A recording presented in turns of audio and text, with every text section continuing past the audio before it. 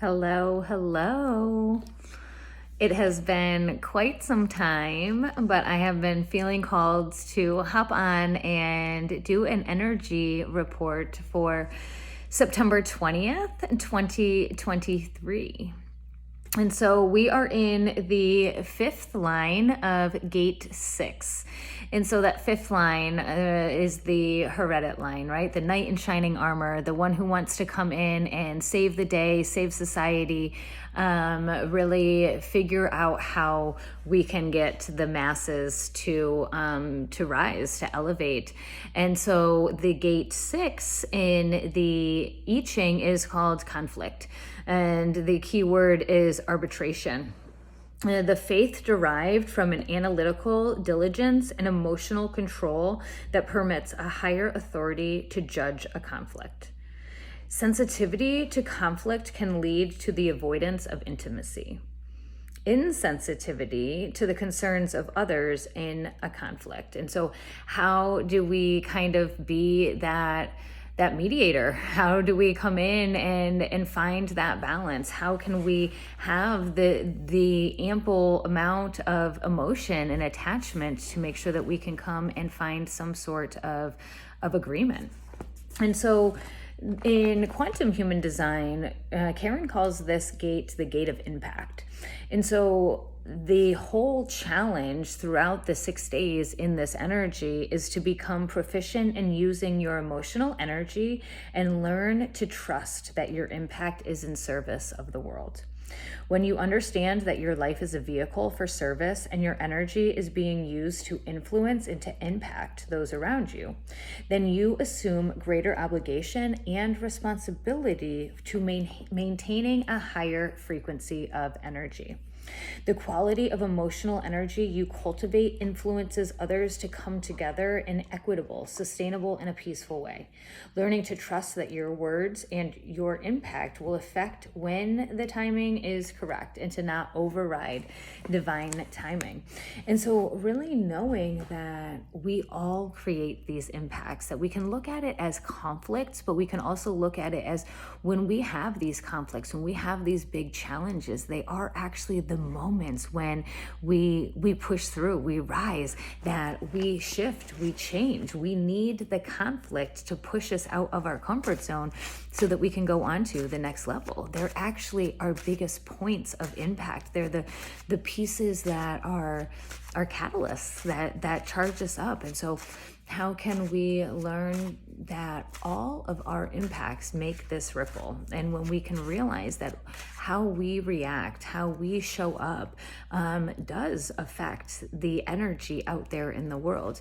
And to find that line, though, to still maintain your authenticity, to not feel like you need to change who you are, but also still taking that responsibility, knowing that you also do still impact others. And so 3-card pull today, seeing another energy where else in our chart we can kind of pull to help complement, right? And so we can look at allowing. We can look at the gate of allowing coming from our G center, going down into the sacral. And we can really allow the things to happen, right? When we can start accepting and allowing processes to unfold, relationships to unfold, people to show up in our lives the way that they need to, and not have this expectation that they're meant to be here for a certain reason, or that we are meant to do something, right? Or that when we show up to this experience, we're gonna get this, right? When we can let go of all of those expectations and just allow things to unfold, that's when we're gonna be able to come into these points of impact or come into these conflicted situations with actually the most ease, the most grace, the most flexibility, because we're kind of remaining open for whatever is going to happen is going to happen.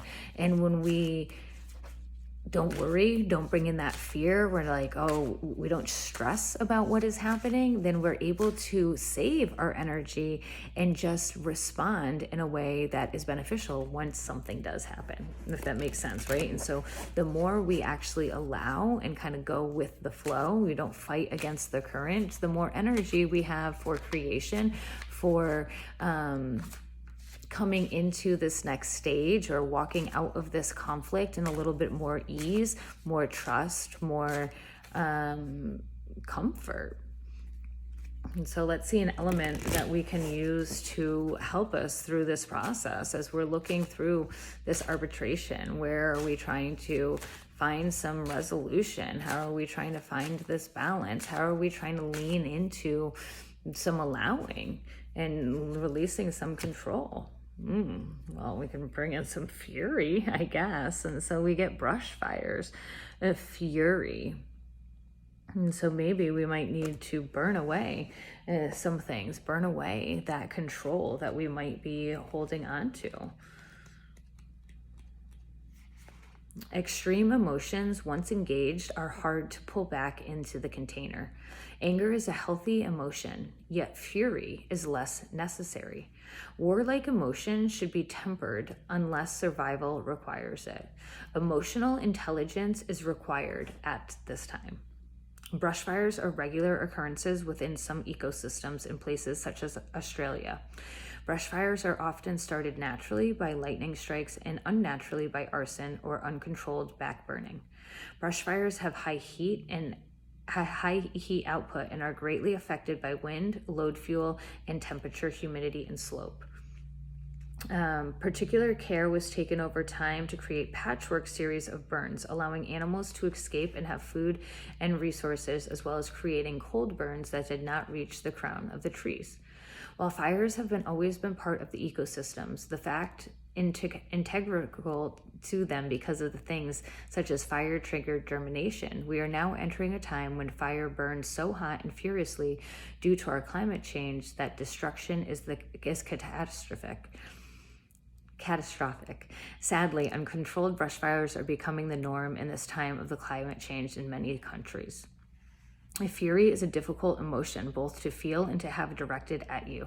Fury feels extreme and uncontrollable. It's important to explore the work through such emotions and to be able to understand that they are and what they mean, unpicking why we feel such intensity and help us balance that fury.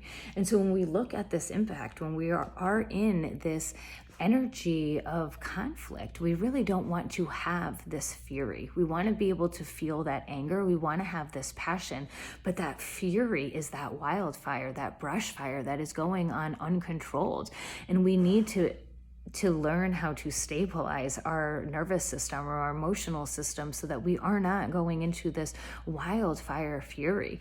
And so checking in and learning about that, allowing and releasing and letting go, and realizing that we cannot control sometimes all of these situations, and really figuring out how can you balance your nervous system. How can you learn how to regulate, which regulation means turn it on and off, right? And so not numb it, but how can you learn how to regulate the emotional system so that when you are feeling this intense heat, this wave, this fury, we can then regulate it and turn it off and bring it back down so we can come from a place more of love and not fear when we want to respond.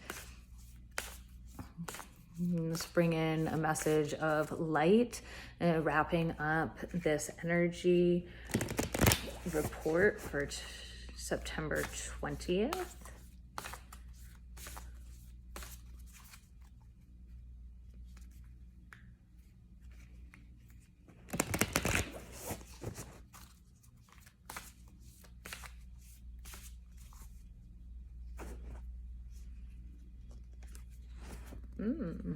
We get the infinite of light, and Dakini, the infinite of light.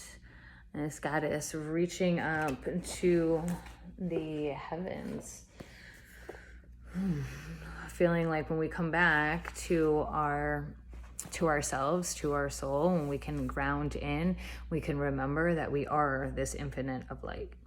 And seek and you shall find. Find the teachers and the teachings which feel pure of your heart, but remember that it is the inner truth of you that will ultimately set you free.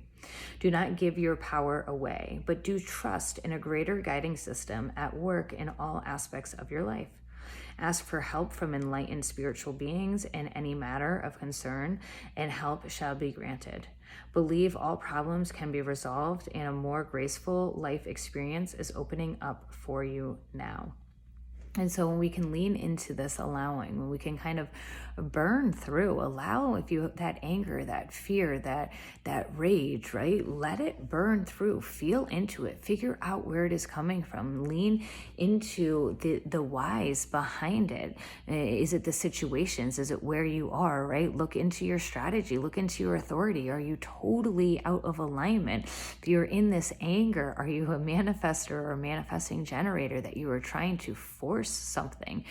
And see how can we let go of the expectation or the outcome that we want to happen, which is normally where that anger, right, is coming from. How can we let go of that and know that we are being guided, and that maybe we're being guided in a different direction that's going to shine us in that much brighter, because we are this infinite light. And so these emotions, these things that are bubbling up inside of you, if they are feeling so erratic, so out of control, it's an opportunity to really dive into our alignment, and it's telling you that you are way out of alignment. And so how can we bring ourselves back in, and leaning into the supernatural feminine, the Dakini, who inspires spiritual practice, who guides one to your spiritual ability and teaches the inner path of awakening, to really lean into the feminine, to not do so much of the doing, right? To leaning into the flow.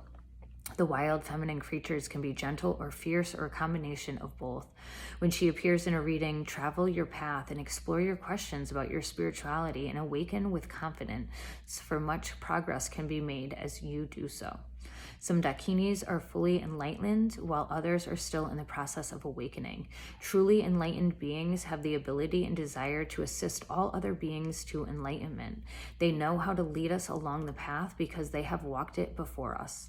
Beings of lesser development may or may not have such helpful intentions, but even if they do, how can they show us the way when they themselves have not yet to discover it?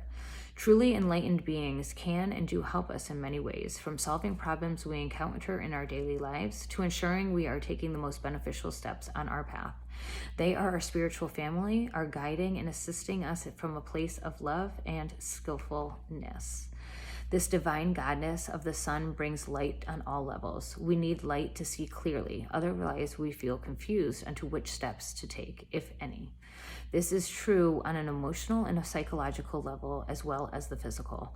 Light helps us see what's happening rather than making assumptions. When we see what's happening clearly, we have the opportunity to make the best choices. The Oracle of Dakini of the Infinite Light augurs an increase of light in your life. It can include a lightening up after a difficult time, an increase of clarity from a helpful healing and higher perspective, or a clear positive path opening up from a troublesome time. Her appearance signifies sacred victory. Call on her now. And so after all of these wildfires, after everything that has been going through the conflict, all of this is going to come out with this resolution of this bright light. You are going to have this victory. It is shining this bright light onto some of our shadows, which make us brighter, which open up more of that clarity. And that's how we become enlightened by taking the time to look into some of the darkness that might be hurting us or wounding us or shielding us in some way. A little bit longer of a message today, but thank you all. I am sending you so much love.